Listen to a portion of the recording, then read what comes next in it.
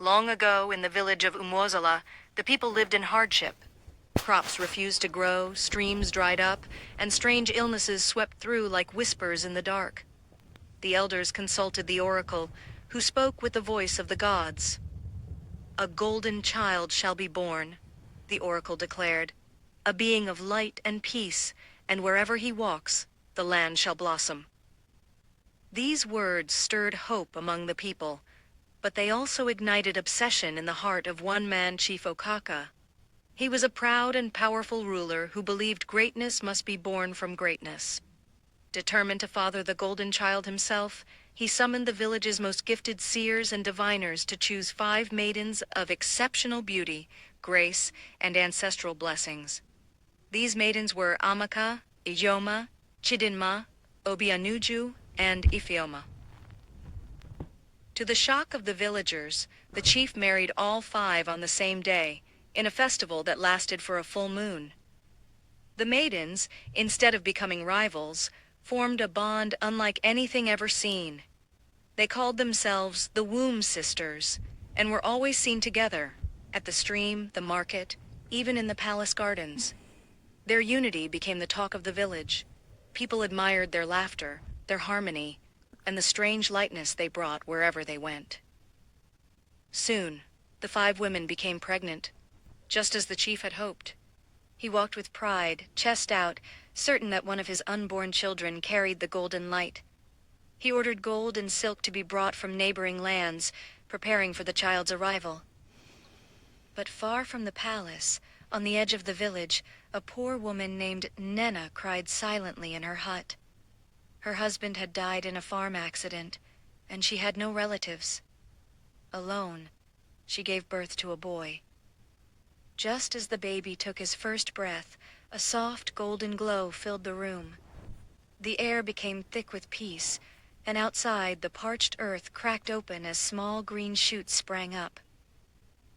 No one in the village witnessed the birth, save for a curious old woman who later swore she saw a rainbow curl around the hut and vanish into the baby's chest. News traveled slowly, whispered between lips at the market and among farmers under the shade of iroko trees. The poor widow's child had golden eyes. He never cried loudly. Wherever he was carried, plants perked up and flies disappeared. He was named Chikere, meaning, "what God has created."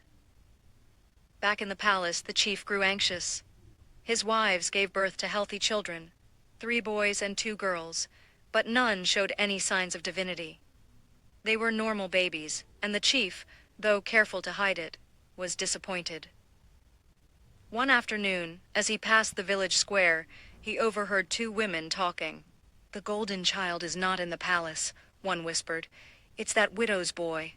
I saw her yam harvest triple after he crawled into the farm." The chief's face darkened. He returned to the palace in silence. As days turned to weeks, the signs became too obvious to ignore. In the poorest part of the village, where even goats refused to wander, life flourished. Trees that hadn't borne fruit in years bent low with abundance. Sick children recovered after a touch from Chikere. Rain seemed to fall only where the boy slept. The villagers began to flock to Nenena's home, leaving offerings of food and cloth.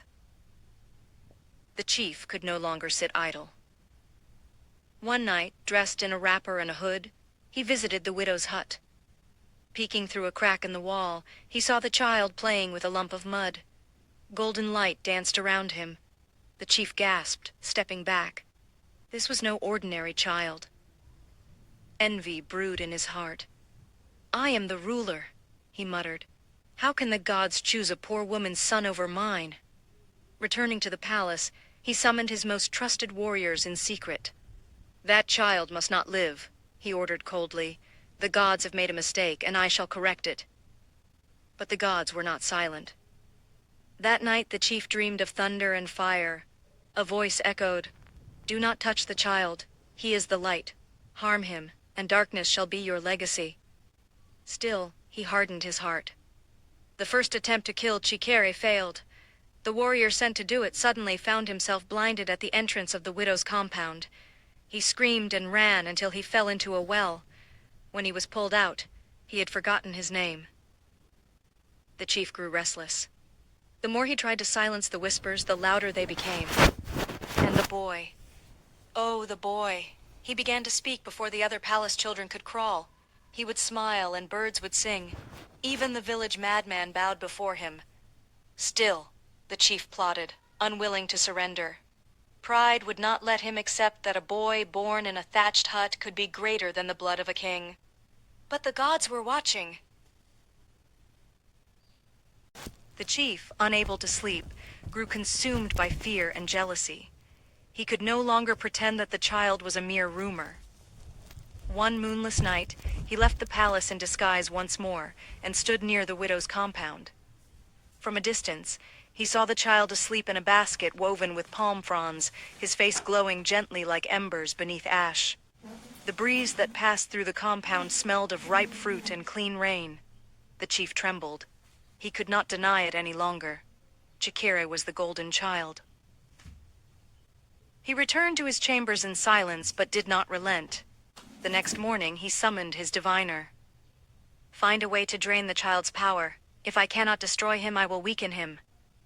The diviner, pale with fear, tried to protest. "My lord, the gods have marked him. Interference would bring doom." But the chief dismissed him, ears closed to all counsel. His heart had hardened beyond reason. He called forth a dark sorcerer from a distant village, one known for his dealings in forbidden rituals. The sorcerer agreed to help, but warned, "This boy is not of flesh alone. If you strike at him, you strike at the balance of the earth." Still, the chief gave his command. That very night, a terrible wind swept through the village. Roofs flew off huts, trees snapped in half, and rivers overflowed without rain. The ground shook, and people ran screaming into the streets. The palace itself groaned and cracked, as though the gods were shaking its foundation. At the center of it all stood Chikere, unharmed, his small arms raised toward the heavens as if in prayer. The villagers, now fully convinced of his divine nature, gathered in droves at the widow's home. They brought food, mats, cloth, and offerings. Even barren women came to touch his feet, and their wombs opened like blossoms after long droughts. The chief tried again, sending a poisoned gift disguised as an offering, but the moment it was placed near Chikere, the calabash exploded into flame. A voice was heard by all who stood there, "Touch not the chosen one." This time even the chief's wives, Amaka, Ijeoma, Chidinma, Obianuju, and Ifeoma, confronted him. "You defy the gods and you endanger us all," Amaka said. The others nodded, their children growing sick with strange fevers that no healer could cure. The women wept as they realized the cost of their husband's obsession. The chief refused to repent. In a final act of desperation, he took his spear and marched alone toward the widow's compound, ready to end what the gods had begun. But as he approached, his feet grew heavy. His arms refused to lift. Thunder rolled through the sky, and lightning struck the ground before him. A great voice shook the earth. "He who fights the light shall be swallowed by shadow." The villagers watched in silence as Chief Okaka fell to his knees, foam bubbling at his lips. His eyes turned upward, but there was no mercy in the sky. A swarm of flies surrounded him, and he collapsed like a fallen tree, dead before he hit the earth. The stubborn fly had followed the corpse into the grave.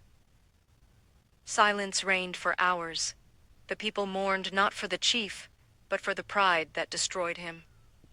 With his death, the skies cleared. Rain returned, the sick healed, crops began to flourish like never before.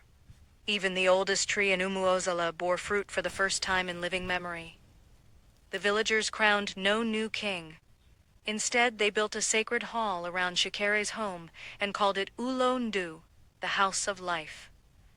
Nena, once ignored and forgotten, was now respected as the mother of the dawn. As Chikere grew, he led not with weapons or laws, but with wisdom and kindness.